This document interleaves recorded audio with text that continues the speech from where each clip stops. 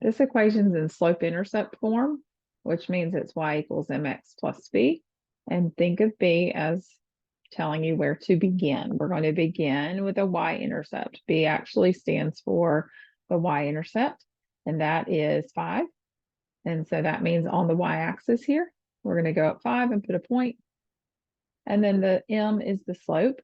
So m equals slope, which is that rise over run that you've probably heard of. And if there's just a number like 2 and not a fraction already, then you have to always put it over 1. 2 divided by 1 is 2. And so you would rise 2 and run 1. Well, there, that's going to take you off the graph. So you can always fall to 1, 2, and then run, in this case, to the left, because overall we see that 2 is a positive number, it's not negative. And so we know we need a positive slope. And so if we fall, we're going to have to run to the left too. And so you can do that just to kind of see like what your line is going to look like.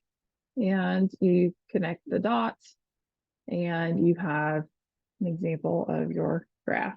You have graphed y equals 2x plus 5. I hope that helps.